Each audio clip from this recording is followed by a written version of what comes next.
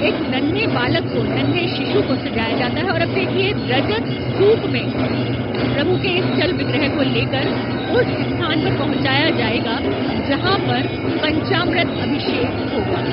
देखो दीपिका, एक बात मैं बताना चाहूंगी, ये जो चांदी की जो स्वर्ण मंडित परात है उसको त्रिष्टा बोलते हैं। इसमें श्री चल विग्रह आकर पंचामृत अभिषेक वाले स्थल पर लाया जाएगा और दूध, दही, घृत जिसे घी बोलते हैं, शहद, शर्करा, सर्वौषधि और सुगंधित द्रव्यों से प्रभु का पंचामृत अभिषेक होगा। बिल्कुल ठीक कहा था तुमने कि स्वर्ण मंडित कामधेनु स्वरूपा के पयोधर से पहला दुग्धाभिषेक हुआ था और अब पंचामृत अभिषेक जो है वो देखिए रजत सहस्त्र कमल पर श्री चल विग्रह को विराजित कर दिया गया है और त्रिष्टा में जो श्री चल विग्रह विराजित कर दिए गए हैं। अब यहाँ पर ये प्रथम दुग्धाभिषेक हो रहा है कामधेनु स्वरूपा के पयोधर से।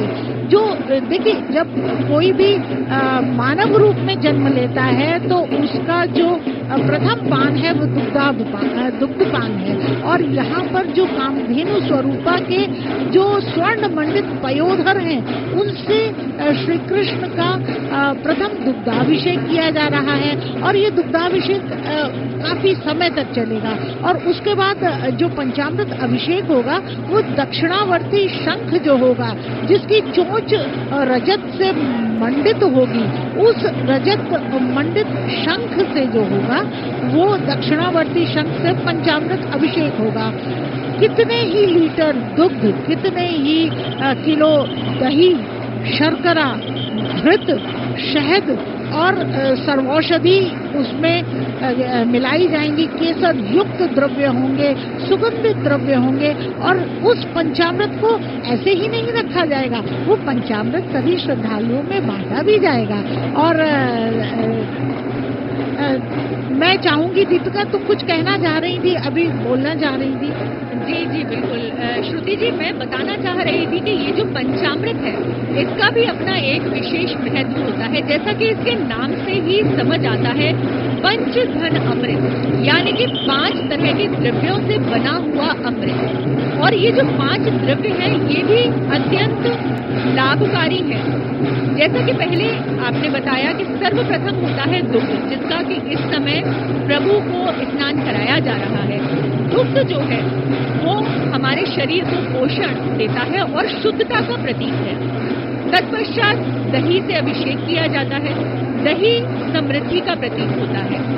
उसके पश्चात आता है शहद जो कि एकता का प्रतीक है।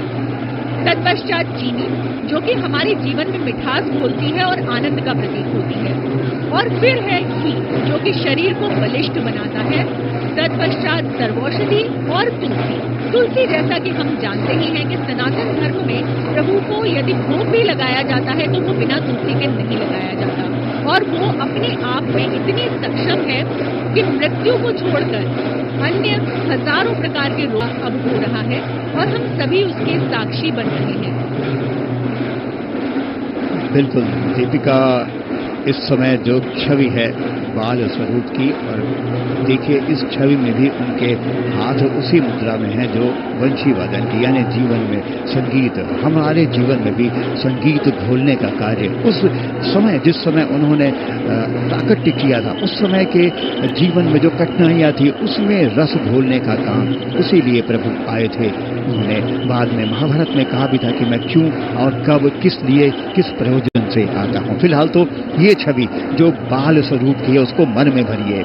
मोहन लखी कहत बने ना, नैनन को रसना नहीं, रसना के नहीं नैन। बस इसको कहते हैं ना, अपने आप में व्यक्त कर पाना इस छवि को देखने के बाद जो सुख होता है वो बहुत मुश्किल है, क्योंकि आंखों के पास बयान करने की ताकत नहीं होती और जीभ के पास आंखें नहीं होती जो बयान कर सके। मैं आपको ये भी बता दूं, ये तो अनुष्ठान इस समय चल रहा है, इसकी शुरुआत सुबह ही हो गई थी क्योंकि दर्शनार्थी भी कल रात से आने शुरू हो गए थे। सुबह 5:30 बजे मंगला आरती हुई थी। उसके बाद 8 बजे एक बार सबसे पहला जो पंचामृत अभिषेक था वो उस समय हुआ था। 9:05 से लेकर 10 बजे तक पुष्पांजलि का कार्यक्रम हुआ। दुलारे प्रभु देव की वसुदेव के प्रभु श्री द्वारिकेश के जन्म की क्षण यहाँ उत्सव, यहाँ मनोरथ, यहाँ जयकाश जय घोष।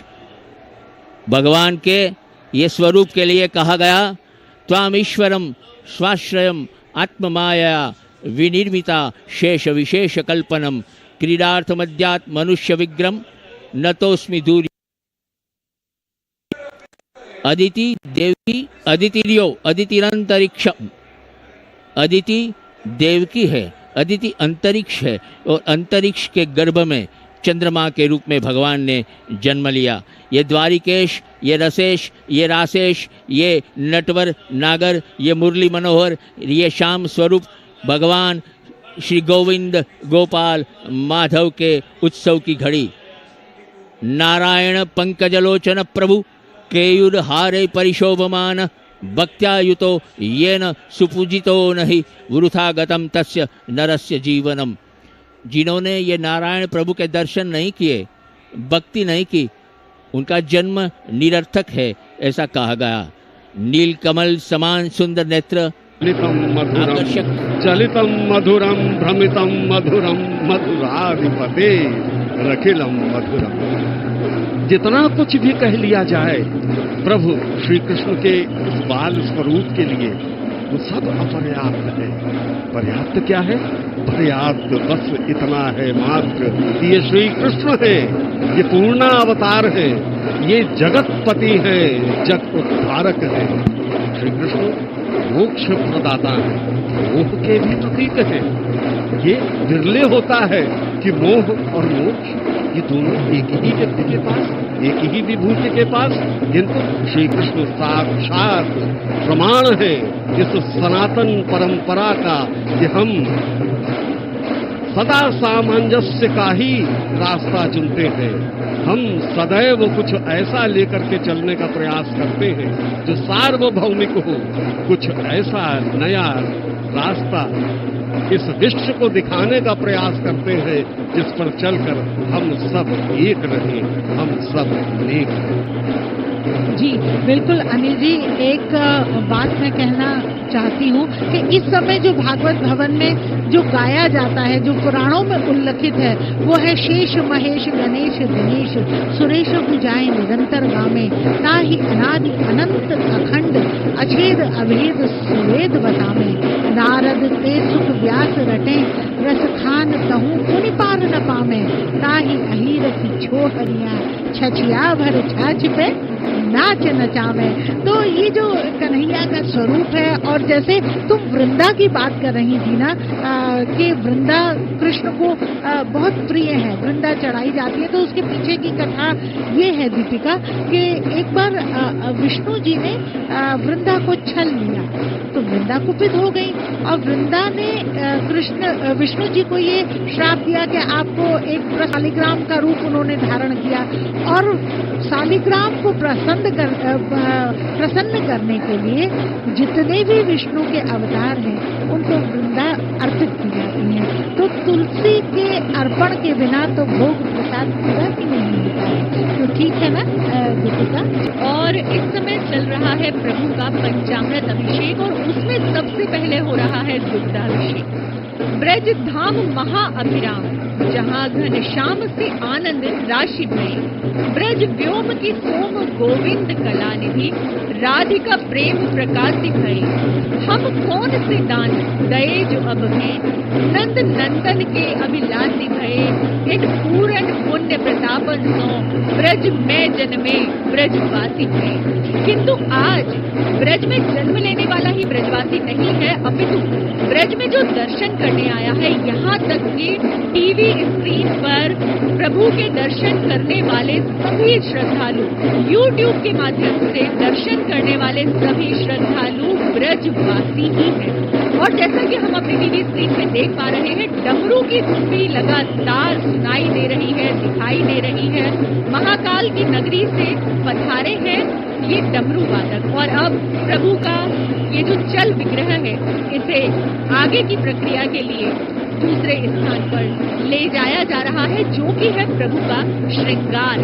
जन्म लेने के पश्चात जिस ब्रह्मणो विद्वान न बिभेति कदाचन, भगवान श्री कृष्ण का यह स्वरूप देखते ही कहते हैं कि मीरा तो समा गई, पर सूरदास का भरोसा भी दृढ़ हुआ। दृढ़ इन चरणन केरो भरोसो, दृढ़ इन चरणन केरो भरोसो, श्रीवल्लभ नख चंद्र छटा बिन, सब जग माह अंधेरो भरोसो, दृढ़ इन चरणन केरो। ये मूरत, जो मूरत को देख के प्रार्थना करती हुई रुक्मणी ने भी कहा, उद्धव जी ने भी कहा, अक्रूर जी ने भी कहा और विश्व ने भी कहा, युधिष्ठिर ने कहा और विदुर, नारद, ब्रह्मा जी ने भी कहा।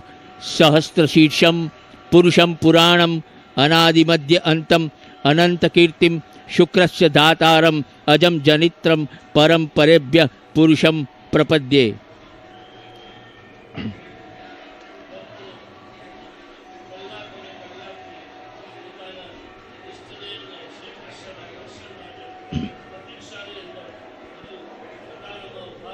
हो गया। अब वापस प्रभु गोपाल आ गए हैं। इस समय रजत कमल में जो चांदी का बना हुआ है उसका पदार्थ पे रखा हुआ है और उनका उस पंचामृत से अब अभिषेक होगा। जिनकी बात की गई थी, दूध, दही, घी, शर्करा, शहद और साथ में दिव्य औषधियाँ और सुगंधित औषधियाँ मिली हुई एक लंबा अनुष्ठान होता है। लगभग 20 मिनट के आसपास लग जाते हैं।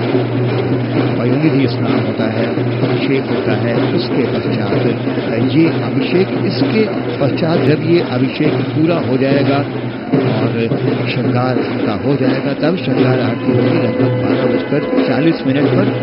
और उसके पहले तो ये छवि अपने आप को बहुत ही अहोभाग्यशाली समझ रहे हैं वो लोग जो इस समय यहाँ पर पहुँच पाए हैं।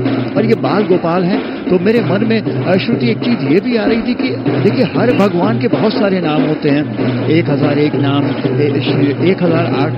108 नाम तो बहुत लोगों के हैं, लेकिन प्रभु श्री कृष्ण